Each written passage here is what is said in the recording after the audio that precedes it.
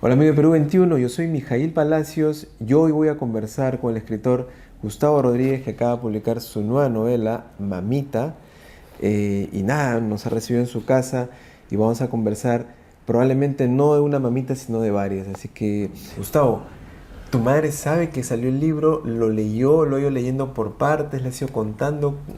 ¿Cómo, cómo ha sido esa dinámica de un libro que dice Mamita Claro. con la madre del autor? Yo con mis novelas en las que hago referencia a personas reales de mi familia o de mi entorno cercano, yo tiendo a hacer algún tipo de manejo de crisis previo. Manejo de crisis. Previo, o sea, Bien. yo hablo con las personas involucradas, les voy diciendo, soltando información de que voy a escribir, Ah, sí. teniéndolos como base, como referencia, ¿no? Entonces, Mamita no fue la excepción. Yo fui hablando con mi mamá, con mi hermano menor, que ya se venía esto, que estaba escribiendo el manuscrito. Cada vez que me juntaba con ellos, les soltaba algunas reflexiones que me traía la escritura. Entonces, yo creo que involucrar a las personas me parece una manera sana de evitar más adelante malentendidos, ¿no? Y cuando terminé el manuscrito y lo corregí y lo consideré terminado, lo imprimí en letra grande, lo anillé y se lo llevé a mi madre como una especie de ofrenda, como un niño que le entrega Ya. a su madre una tarjeta, Ajá. solo que más sofisticada en este caso, ¿no?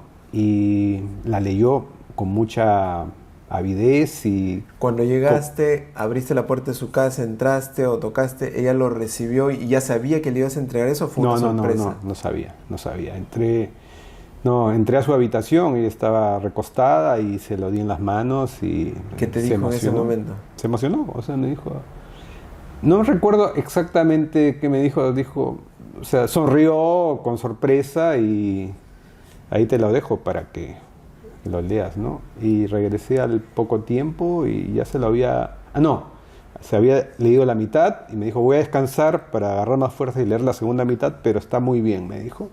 Y al final lo leyó y me dijo, la voy a leer otra vez porque me gustó Ah, sí. mucho. Sí, sí.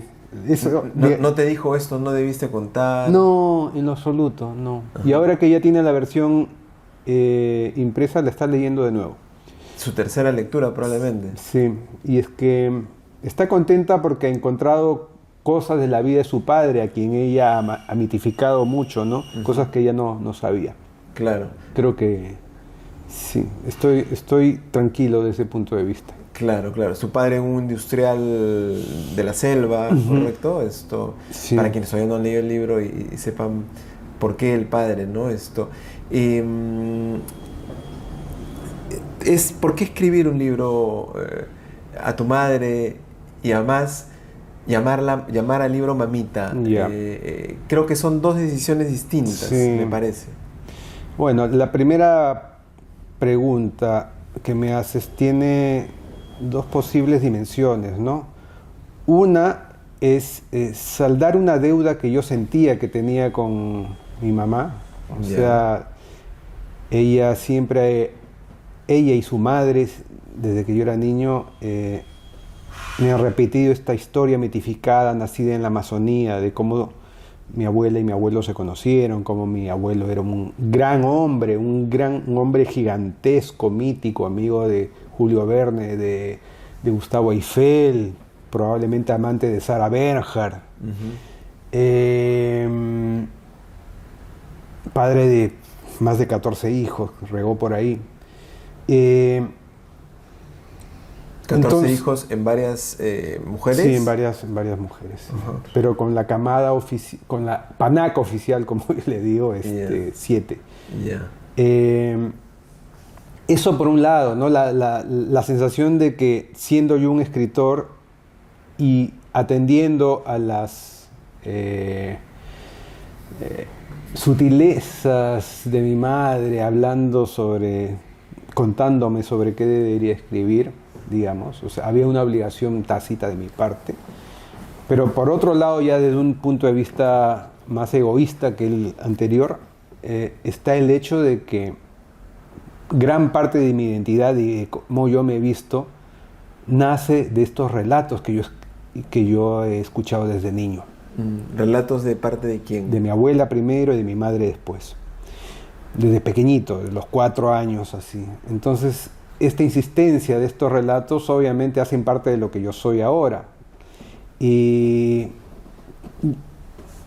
procesarlos a través de la escritura me ayuda a aclarar también quién soy, ¿no? Entonces, digamos que hay una doble funcionalidad. ¿Y por qué Mamita? Escogí el título menos literario posible, a propósito. ¿A propósito por qué? Quise que el título tuviera una conexión directa con el tono emotivo, tierno que tiene la novela. No quise, yo a veces siento que tememos mucho desnudar nuestros sentimientos y que disfrazamos ese temor a la vulnerabilidad con estructuras intelectuales. Bien podría haber puesto un título mucho más, no sé, un verso de Pizarnik, qué sé yo. Como se estila ahora, ¿no? No lo digo en mala onda, pero no sé, la distancia que nos separa. O sea, nombres así como más elaborados, ¿no? O Nada se opone a la noche, que es un título maravilloso, claro. ¿No? Más poéticos, ¿no? Exactamente. Claro. Pero yo preferí ir a la visceralidad porque siento que esta es una novela honesta. Y no quiero cubrirla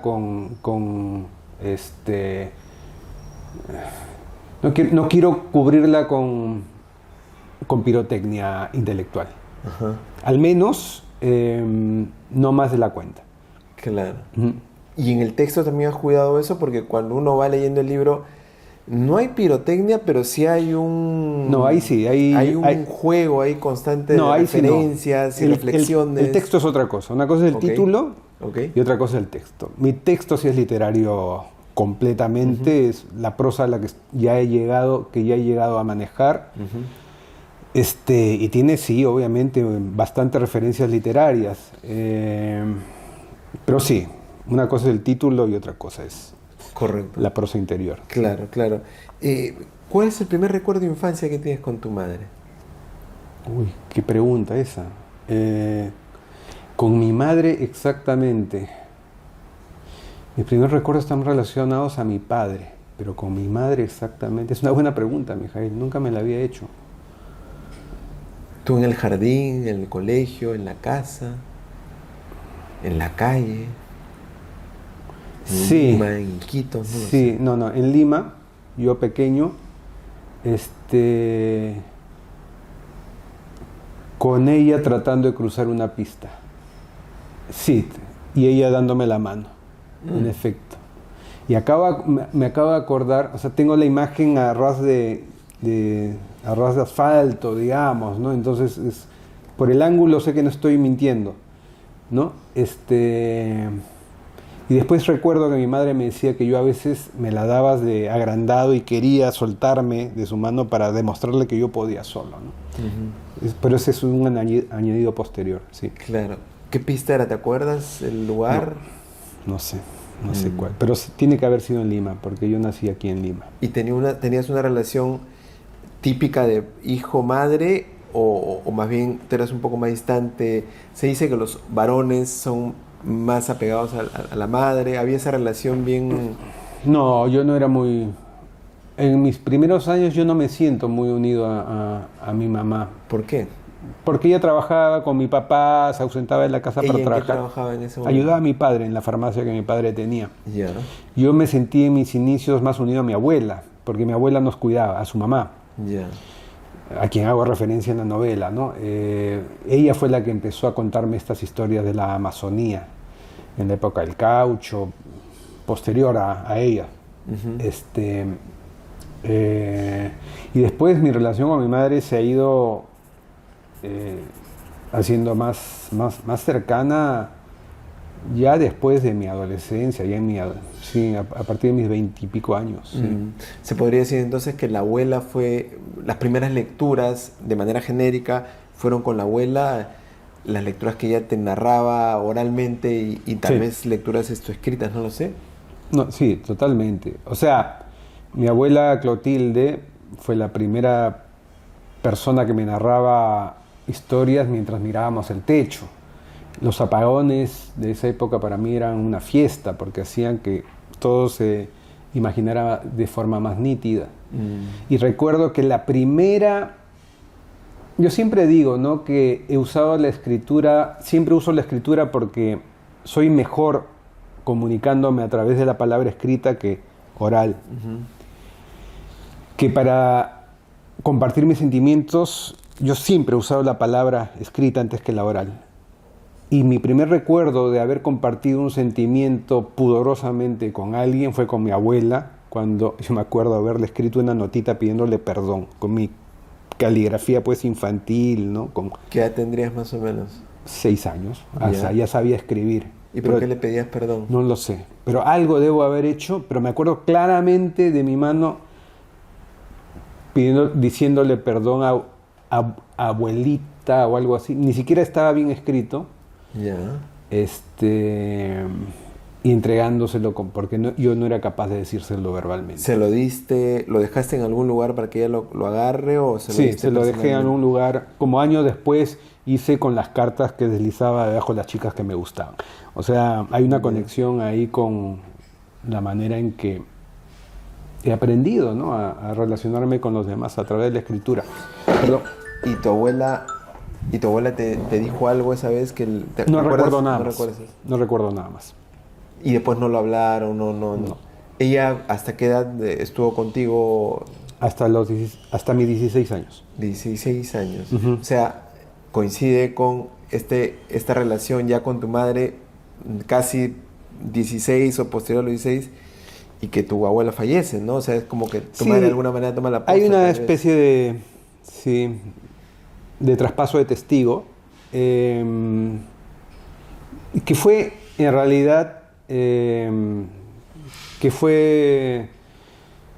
se dio de a pocos, ¿no? Porque claro, en la adolescencia uno lo más que quiere es alejarse de sus padres para estar con los amigos y descubrir el mundo lejos de la influencia de sus padres, ¿no? Uh-huh. Yo vuelvo a la relación con mi madre ya cuando me caso, mucho más cuando tengo a mi primera hija, mucho más cuando mi madre enviuda, ¿no? Y mucho más ahora que es una anciana ya en su etapa final, ¿no? Entonces, sí, te diría que sí, es una de mis relaciones más cercanas. ¿Se podría decir ahora que la abuela cubrió un poco ese papel maternal íntimo de tu infancia? Totalmente. ¿Cómo era Clotilde? Clotilde era una mujer muy bajita, de pelo canoso, muy esponjado, muy sufrida en realidad. Rara vez sonreía, rara vez se carcajeaba, muy rara vez. ¿Y ella también era de la selva? Sí, ella también nació en Iquitos. Curioso, ¿no? En Iquitos son más festivos. Bueno, se supone. Sí, no, pero ella sufrió mucho. Yeah. Ella sufrió mucho y estamos hablando de una mujer que nació a inicios del siglo XX, cuando Iquitos era una aldea, en realidad, o la aldea más conectada con Europa que tenía el Perú, ¿no? De hecho, mi segunda novela se llama La risa de tu madre. Si bien no tiene nada autobiográfico, tiene un gatillador autobiográfico. O sea, yo me basé en mi recuerdo que mi abuela no sonríe en ninguna foto que la haya visto. La premisa de la novela, ¿no? ¿Qué pasaría si alguien encuentra una foto de su madre carcajeándose cuando nunca la vio reír? Está basada en la sensación que me daba siempre el rostro de mi abuela, adusto, ¿no? Conmigo, con sus nietos, era un pan, era un dulce. O sea, yo la recuerdo muy, muy, muy tierna conmigo, ¿no? Pero sí, era una mujer sufrida, sufrió mucho, enterró a 3 hijos, a 3 maridos. Tuvo un accidente horrible donde quedó coja, perdió un ojo. No, terrible. Y tuvo que sufrir un par de matrimonios difíciles que tuvo mi madre, ¿no? Entonces, sí, no tenía, la verdad, muchas motivaciones para mostrarse carcajeante, mi abuela, la verdad. ¿Y tu madre cómo era en esos años? Muy trabajadora y muy pendiente de ella, de su madre. Sí, bastante pendiente de ella. Una suerte de madre de su madre, capaz. Totalmente. ¿Y también le costaba sonreír? No, mi madre era más risueña, ¿no? Y hasta hoy es bastante risueña y se ríe mucho con nosotros, sus hijos, con sus nietas. Sí, no, es otra. Mi madre la tuvo un poco más fácil. No tan fácil, pero la tuvo más fácil. Claro, Sí. claro. ¿Se podría decir que tu madre leyó probablemente todos tus libros? ¿O la mayoría? Yo creo que sí ha leído. O sea, los de ficción, yo creo que sí los ha leído todos. Yo creo que sí. ¿Y Sí. ella qué estudió, qué se formó o no estudió, se dedicó a trabajar? Ella terminó el colegio un poco a duras penas porque sufría de unas migrañas terribles y el médico en Iquitos, esto lo cuento en la novela, le dijo que mejor dejara de estudiar porque era bonita e iba a encontrar marido. Ya te da una idea Claro. de la época que no se termina de ir en realidad, ¿no? Pero llegó a estudiar secretariado y una vez que se divorció ejerció con más fuerza esa labor, la labor de secretaria acá en Lima. Sí. Claro. Llegó con su familia de Iquitos y siendo una quinceañera prácticamente y empezó a trabajar. Sí. Cuando tú ya eras un reconocido publicista, cuando decides un poco más internarte en la escritura, ¿le contaste a tu madre eso? ¿Ella te dijo algo? ¿Te dijo, cómo vas a dejar, tú eres un gran publicista, cómo vas a dejar ese mundo? ¿No te dijo algo? No, mi mamá nunca se metió en mis decisiones. Uh-huh. La verdad, mi mamá es curioso, es una persona muy liberal, o sea, no se mete en la vida de nadie, no critica la vida de nadie. Conmigo nunca tuvo esas poses, ¿no? Esas posturas en todo caso. Sí, ¿no?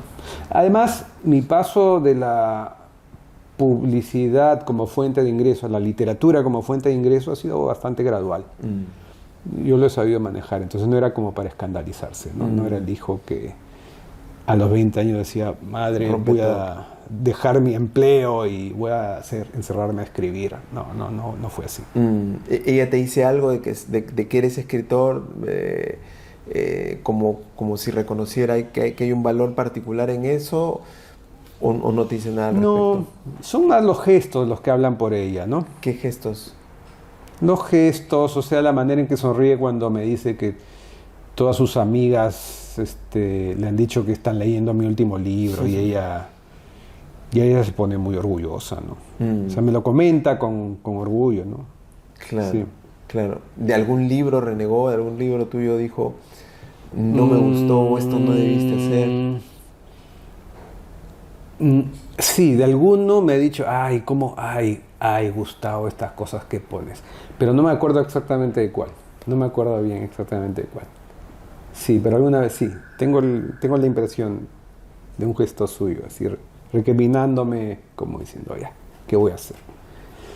Pero es que de verdad sus hijos somos algo rebeldes, cada uno a su manera. O sea, no somos yo soy el menos rebelde en realidad. No, mis dos hermanos son unos personajes maravillosos también a su manera, ¿sí? Entonces, digamos, yo soy el más acomedido. ¿En qué dirías que te pareces a ella? Yo creo que de mi madre he sacado una capacidad que ella tiene para olvidar ofensas. Sí, que me parece muy saludable. A ella le ha permitido seguir su vida sin acumular rencor. Yo creo que he sacado un poco eso de ella. Digamos que es la herencia que más atesoro de ella. Y en este mundo de la literatura hay que tener ese don. Sí, claro, por supuesto. ¿Por qué? Porque los escritores somos personas muy fracturadas por dentro o inseguras en todo caso, ¿no? Que estamos peleando por un espacio en el corazón de mucha gente, ¿no? Subvirtiendo lo que es verdadero. Y claro, en esas pugnas hay muchas frases hirientes, muchas comparaciones irracionales, ¿no? Y si no, digamos, y si no te separas de eso, pues puedes terminar muy herido, muy rencoroso, muy vengativo, ¿no? Mientras conversábamos hace un rato, te decía de que en estos momentos se está diciendo quién es el nuevo papa. Y te comenté si tu madre creía mucho en este rollo religioso, ¿no?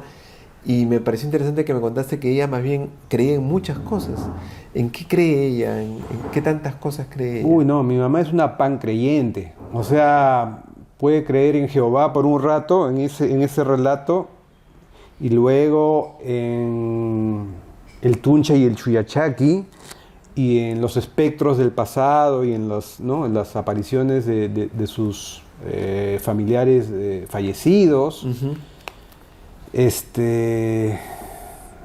Yo creo que mi mamá cree en el relato que le conviene en el momento que le va a ser útil. ¿Y eso es Sí. mejor? Yo creo que es mejor, es muy práctico. Mm. Yo creo que es muy práctico. O sea, yo de verdad a veces tengo envidia de la gente que cree en algo, porque es un gran consuelo. ¿Tú no crees en algo en particular? ¿Te declaras ateo tal vez? Sí, estoy muy cercano al ateísmo, en todo caso, soy más agnóstico que ateo, en realidad. Yo dudo mucho de todo. ¿La literatura podría ser un acto de fe o es muy romántico decirlo? No, yo creo que sería un palabreo si te digo que es un acto de fe. Es lo único que hago. A ver, yo hago literatura porque me llama a hacerla. O sea, es como el canto de una sirena. Si no la hago, me vuelvo loco. ¿Por qué? Entonces, no sé. Hay quienes dirían, Tengo una no puede necesidad- ser, eso no es posible, ¿no? Es que sí, pues, o sea, para ser escritor hay que estar un poco loco. Ponte a pensar que dedicas horas y horas de tu vida a algo que no te va a pagar en la medida del esfuerzo que le estás poniendo, ¿no? O sea, un ingeniero te diría que estás loco, un financiero te diría que estás re loco de remate, ¿no? Pero la recompensa no es material, pues viene por otro lado. ¿Cuál es la recompensa? En mi caso es tenerla. Hay dos dimensiones de recompensa. Uno es la clarificación de mi pozo interior cuando escribo. Y la otra es el hecho de sentir que puedo comunicarme con otros seres humanos que quizá tengan las mismas inquietudes que yo. Sentirme parte de algo, quizá. Claro. Sí. Y el reconocimiento, como te decía hace un rato, el haber ganado un premio recientemente, premio internacional, ya te pone casi en calidad de star de la literatura, entre comillas, ¿no? Sí, bueno, uno entra a un sistema, pero que yo tomo con pinzas por una sencilla razón, ¿no? Yo creo que los grandes premios literarios, sobre todo los que tienen que ver con la lectura de un manuscrito, son literarios hasta que el jurado da su veredicto. Porque la literatura es un acto muy íntimo. De a dos quizá. O sea, el escritor con el papel, el escritor consigo mismo y el lector con el papel. O la pantalla. Lo que ocurre después, una vez que ese manuscrito se convierte en mercancía, ya no es literatura. Ya obedece a otras leyes, no obedece a las leyes del arte, obedece a las leyes del mercado, del consumismo. Entonces, yo creo, a mí me ayuda a separar muy bien ambos territorios, la verdad, y seguir creyendo en el acto íntimo, más que en el otro. El otro ya no depende de mí. Claro, claro. Como lo comentabas, hay quienes pensarían que lanzar Mamita justo en la semana del Día de la Madre es un acto No es un acto literario. comercial y que quizás es un acto. muchos te atribuyen a ti la responsabilidad, ¿no? Es que, bueno, puedo entender que alguien tenga esa confusión. O sea, yo escribí esta novela hace 2 años, la titulé hace 1 año y medio. Yo pensé que se iba a lanzar en junio, pero el adelanto de su edición ya no depende de mí, ¿no? Claro. Los derechos ya no son míos. Claro. Esa es otra cosa importante. Y eso ayuda, y eso yo se lo digo siempre a los jóvenes escritores. Tengan en cuenta esto. Cuando ustedes entregan un manuscrito y ya está impreso, ya no les pertenece. Les pertenece al lector. Y el lector tiene todo el derecho de interpretar como quiera lo que has escrito, ¿no? Entonces el hecho de que hagas esa escisión es saludable, porque te acoraza contra las críticas, los comentarios o las cosas terribles o maravillosas que puedan surgir de esa lectura ajena a ti, ¿no? Claro, claro. A propósito del Día de la Madre, ¿por qué es uno de los días más sentidos, como más emotivos, más celebrados? ¿Por qué se ha instalado eso en nuestra cultura? Yo creo que nosotros pertenecemos a una sociedad, sobre todo la latina, en la cual el hombre es zafacuerpo. Y la madre nos queda como gran sostén. O sea, las mujeres son el gran motor de nuestra sociedad. Y las madres, pues, aparte de eso, pues, nos cargan, ¿no? O sea, nos cargan desde antes de que nazcamos. O sea, ¿qué ser más grande va a haber dentro de los seres humanos, ¿no? Pero yo creo que especialmente en nuestra sociedad tiene que ver con lo que te dije, ¿no? El hombre es zafacuerpo en la mayoría de los casos y la madre es la que se queda siempre. Claro, claro. En tu caso casi has tenido 2 mamás más la abuela. ¿Por la abuela eres escritor tal vez? Es una buena pregunta, Mijael. Es muy probable que sí. Sí. Las primeras historias las escuché de ellas.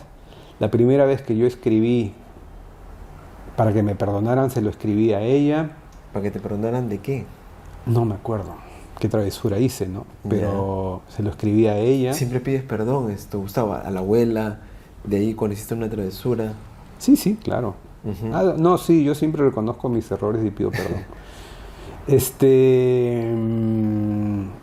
Y sí, me hubiera encantado que ella haya leído este manuscrito, ¿no? Porque esta novela no se llama Mamita solo porque mi madre me haya basado en mi madre como personaje, sino porque mi abuela también fue la mamita de mi madre, ¿no? ¿Qué diría ella? ¿Qué crees que diría ella después de leer este libro? Si es que se diera ese hipotético caso. ¿Qué crees que diría? Yo creo que me haría unos ñoquis. La única persona que me ha hecho ñoquis en mi vida es ella. Creo que me los haría, sí. Sí. ¿Celebraría el libro así? No, mi abuela, si de algo estoy seguro es que mi abuela me quería mucho. Y que y seguramente estaría muy oronda con este libro. Claro. Tengo la impresión que esa agudeza o esa creatividad que siempre has tenido o has mostrado viene un poco de la abuela. Probablemente, ojalá, sí, seguramente.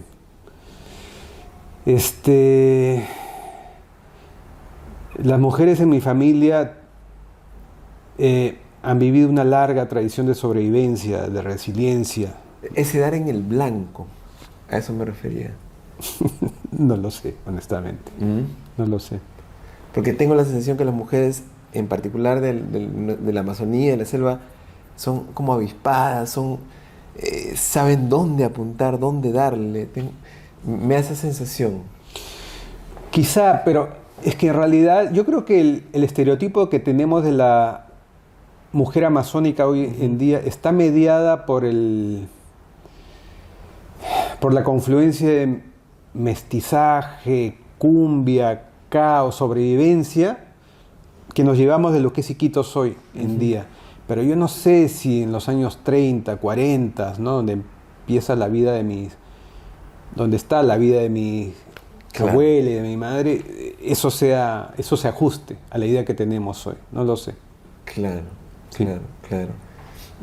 Si tu abuela se aparece en este momento, ¿qué le dirías? Te extraño.